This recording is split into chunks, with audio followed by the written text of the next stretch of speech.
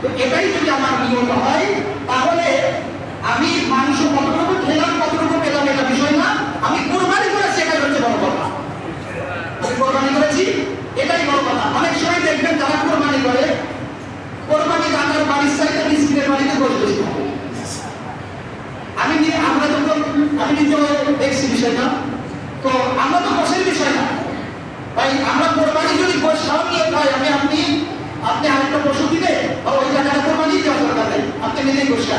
কিন্তু ভাই কোরবানি করা একটা আল্লাহ তাআলার গুরুত্বপূর্ণ বিধান, কোরবানি একটা গুরুত্বপূর্ণ আমল, এই নিয়তে কোরবানি করতে হবে। এই কোরবানির মাংসকে 2 নম্বর আমি বলেছি, কোরবানির মাংসকে কোনোভাবেই বিনিময় করা যাবে না, বিনিময় বা বিক্রি করা যাবে না। বাকি যেভাবে ইচ্ছা সেভাবে আপনি বন্টন করতে পারবেন, যে সেভাবে দিতে পারবেন, যেভাবে ইচ্ছা। আমি কিন্তু আবার ক্লিয়ার করছি, কোরবানির মাংসকে বিক্রি বা কোনো কিছু বিনিময় করা যাবে না, এর বাইরে আপনি যাকে যেভাবে ইচ্ছা দিতে পারবেন, এতে কোরবানির সমস্যা হবে না। আর তারপরে বলছি যে কোরবানির মাংস প্রস্তুত বা কোরবানি করার কাজে যারা সহযোগিতা করে, জবাই করা, মাংস প্রস্তুত করা, ইনাদেরকেও পারিশ্রমিক হিসেবে শুধুমাত্র মাংস দিতে পারবেন না। মাংস দিয়ে পারিশ্রমিক শুধুমাত্র বলবো না, টোটালি পারিশ্রমিক বাবদ কোনো মাংস দিতে পারবেন না। আপনি যদি চান পুরো মাংস দিতে পারবেন, কিন্তু এটা পারিশ্রমিক হবে না। আপনার যদি আপনার ভাই সে আপনার গরু কেটে দিচ্ছে, সে টাকা দিবে না, সেটা এমনিতে টাকা দিবে না, তাকে যদি জোর করে টাকা দিতে হবে, দিলে সে অসম্মানিত হবে।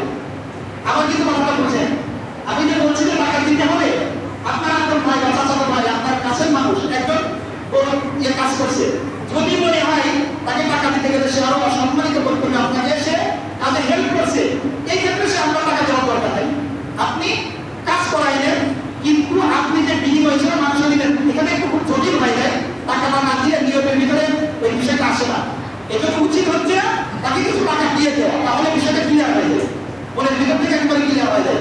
যখন আমার আপন ভাই বোনই করবেন, দেখবেন যদি এরকম মনে হয়, এটা আপনি ক্লিয়ার করি যে আপনার খুব কাছের মানুষ, সে টাকা নিবে না, টাকা দিয়ে অসন্তুষ্ট হবে, তাহলে তাকে আমি আপনাদের কাছে বলবো 1 বছর আপনাদের কোরবানি করে, এই বছরে তাকে মাংস দিবেন না, টাকাও দিবেন। আমার কথা বুঝছেন?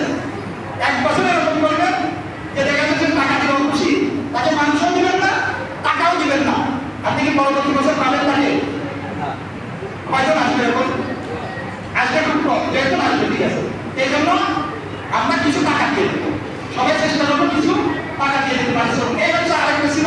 আর অন্যান্য যে বিষয়গুলো, মাংস বন্টনের ব্যাপার, মাংস বন্টনের 3 ভাগে ভাগ করা হয়েছে, এটা মুস্তাহাব, আপনি করলে ভালো।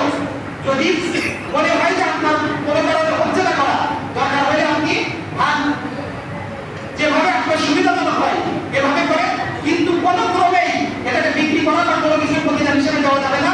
এবং আরেকটা বিষয় হচ্ছে যে যারা কোরবানি দেওয়ার উপযুক্ত, এদেরকে কোরবানির মাংস না দিয়ে যারা দেওয়ার উপযুক্ত নয়, যারা মালিকের নেশাব নাই, এদেরকে দিলে বেশি ফায়দা হবে। না যাই কিন্তু বলি নাই, খেয়াল করে দিন, আমি তো না যাই বলি নাই, কিন্তু যারা কোরবানি দেওয়ার যোগ্য এদেরকে মাংস দিলে যতটা লাভ হবে, যারা দেওয়ার যোগ্য নয় তাদেরকে মাংস দিলে অনেক বেশি লাভবান হবে। এখন দেখেন কি করা যায়। তো যাই হোক, এই ছিল আমাদের সামান্য। এখান থেকে কোরবানি থেকে আমাদের শিক্ষা নিতে হবে যে শুধুমাত্র নট অনলি ফর কোরবানি, প্রত্যেকটা বিষয়ের জন্য আমরা যে কোনো কাজই করবো না কেন, সবগুলো কাজ করবো আল্লাহ তাআলার সন্তুষ্টির জন্য। কার জন্য বলেন? আল্লাহ তাআলার সন্তুষ্টির জন্য। আল্লাহ তাআলা যদিও স্পেসিফিক কোরআনের ভিতরে বলছেন কোরবানির সংশ্লিষ্ট এই বিষয়টা কিন্তু আল্লাহ তাআলা বলছেন, কিন্তু প্রত্যেক